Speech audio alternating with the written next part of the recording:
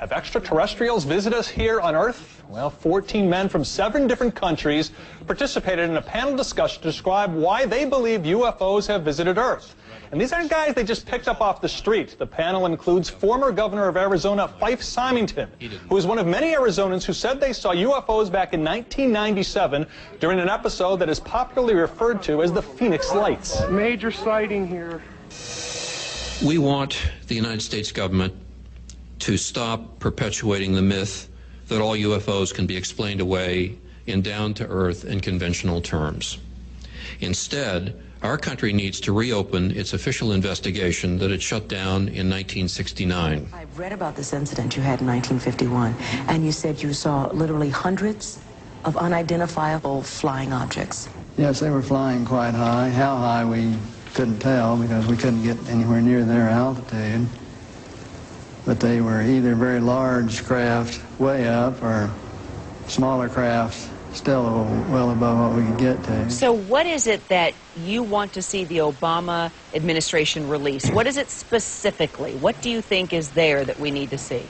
Well, the other nations, and this has been a global phenomenon, other nations and just in recent history, the Belgian nation, the French, the Brazilians, the Mexicans, the Argentines, all of their files have been opened up, and there's no reason in the world why the U.S. files, the leading nation in the world in this period, should have been reticent in opening ours too, except special interest groups. Peter, do you think the events in Great Britain will open up things in other places? It's an encouraging sign, Larry. It may suggest that there's a movement afoot to mete out information piecemeal, maybe to prepare us for something that the government knows and would like to have us know more about. Oh, hair story the Chicago Tribune exclusively broke on New Year's Day is garnering attention around the world. Bob Russerman, in your files, do you have anything relating to alien forms? In our files, yes. Bufora have a vast number of files with reports of encounters of alleged alien beings, entities, and alleged abduction experiences. You believe them? Bufora are a strictly objective organization. It's not about belief.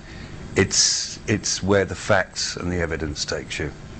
You go back and look at the number of people who seem to have seen such people. It isn't just like one person said this and one person says that. It's 50 people in the U.S. and 20 people in Germany and 300 people in Brazil and 80 people in Africa say this.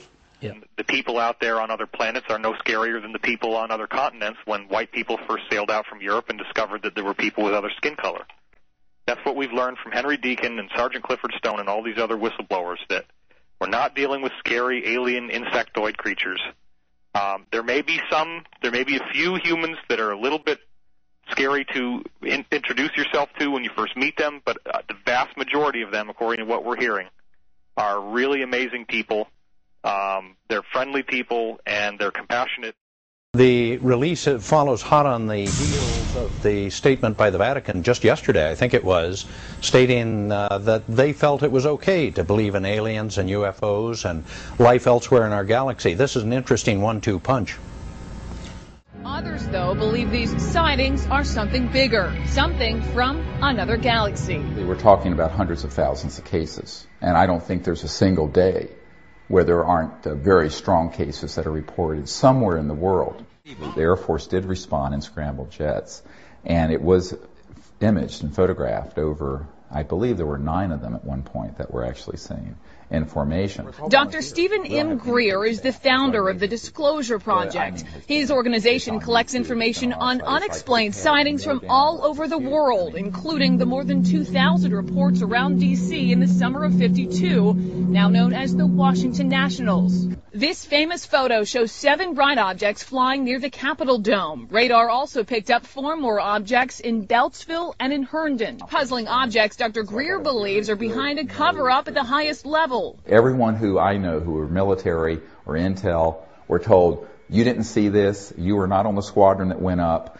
the radar operators were told, This never happened. The Washington Nationals in 1952, the Phoenix Lights in 1997, the saucer over Chicago's O'Hare Airport in 2006, and the sightings in Texas earlier this year could just be the beginning. I'm now aware that there's a multilateral plan for disclosure, and it goes way beyond just Dr. Greer. In fact, the things I'm hearing about now have nothing to do with him. So it's like a horse race, and it's really going to be a question of who gets across the finish line first. And there's a variety of competitors, and some of the things that are being planned that I've heard about are, I mean, it is just going to blow people's minds so far out of the water. It's going to hit the public like nothing before. It's going to be amazing. The real question here that we've been addressing is, have we been visited? Are we, since we are now a spacefaring civilization, having only gone to our own moon, but have our visitors, the aliens, have they come to us? And all the evidence says yes. You are apparently directly aware of extraterrestrials who are not strictly negative. In fact, you mentioned to us before that a lot of them are positive. And we know they're out there, we know they're visiting us. And while I don't believe they're going to just come down and save us from problems, there appears to be a greater reality that we are all involved in, and that this situation, my understanding is that the situations we're going through are going to be instrumental in helping to purge the negative influences on this planet that have been prevailing for so long, not make them worse. There will be certainly a crisis time that we go through, but that's part of a passage into a more organized and enlightened society. What happens with this world as a whole is really almost a natural event. But all this fighting and all this suppression is temporary, and even if you don't do anything outwardly, the change will still take place. The birth of the new world, not the new world order like Bush, but the new world will still happen very shortly. And you should feel this and be aware of this. With my belief and the belief of many other people that I have great respect for, that the world is going through I'll call it a meltdown. We're going through a change. The alternative thought, radio and television shows and motion pictures are all, and books and movies are all fraught with the fact that something major is going to happen in 2010 or 2012, the end of the Mayan calendar. Earth changes. Apocalyptic Christians say about the same thing, that the end times are here or coming. We've heard very, very dire things about the economic posture of the United States and the whole world, and we see things happening. We see Iceland, for example, declaring bankruptcy. And I hear from people that I know in the banking system that a number of the European states are going to follow them in bankruptcy. And when the U.S. currency fails, which I can't imagine that it won't, because we've printed so much currency and put out there that's backed by nothing, it's all beginning to come home to roost. So I think part of what we're seeing is that they're trying to get back into an industrial production mode, and they realize that if they were to disclose these technologies, which it seems like they are, and there's very reliable information. Kerry, I don't know exactly what you've heard yet, but it sounds very similar to what I'm hearing. And it's so close to 2012, which they think is global Armageddon anyway, so it's like, why do you guys even care at this point? Just release the technology, make some money, and be happy.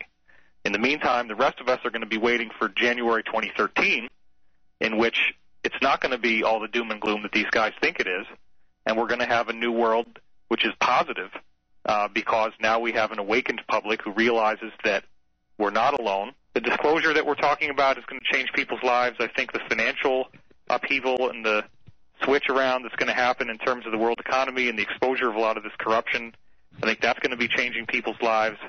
So we're at a very unique quantum moment in which everybody out there in the internet who's reading about this stuff, they're still largely in fear. And that's a shame, because what they don't realize is that by the simple fact that so many people now know about it, it's going to change. These negative elements can only thrive in darkness. They have no darkness left to hide in. The light is now illuminating everything, and that's the light of truth, and that's where we're headed.